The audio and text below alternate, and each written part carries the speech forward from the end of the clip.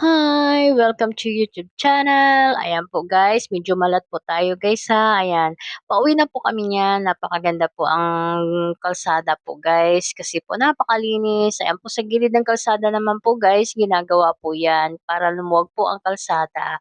Ayan, konti lang po ang mga sasakyan ng mga dumadaan guys. Ayan po guys, nakikita niyo po. Napakaganda po yung kalsada dito sa Baliwag po guys. Napakalinis. Ayan po, nakikita niyo, napakaganda po ang kalsada kasi po hindi po siya ma-traffic, ayan po.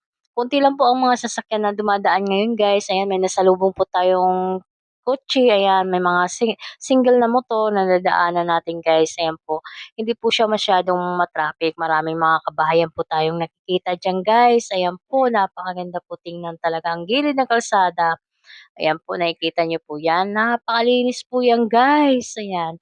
Pauwi na po kami niyan guys ha, ayan. Mabilis lang po kami niyan kasi hindi po siya ma-traffic guys. Pagka hindi po ma-traffic, mabilis lang po kami makarating sa bahay po namin, ayan.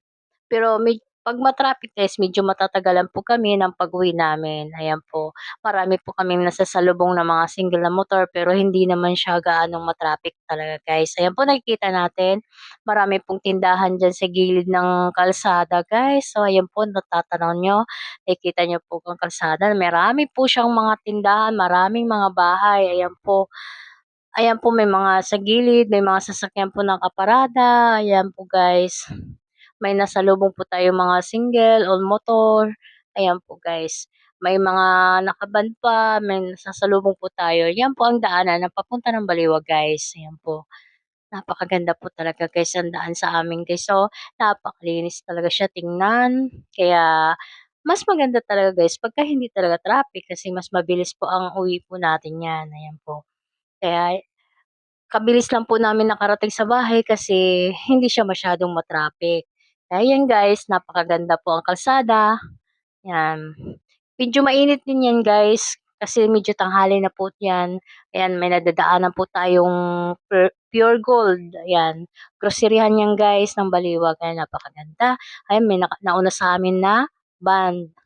Kaya ayan po, paalis na kami niyan guys na napakaganda po talaga tingnan ang Baliwag guys. So nakita, nasa tuloy na po kami niyan guys, ayan.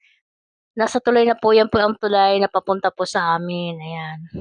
Kaya sabi ko sa asawa ko, bilis-bilisan mo kasi po napakainit talaga guys kasi tanghali na po yan guys eh. Kaya yan, bilis-bilis kaming tumakbo kasi napakainit, wala kaming sombrero ng asawa ko, kami lang pong dalawa.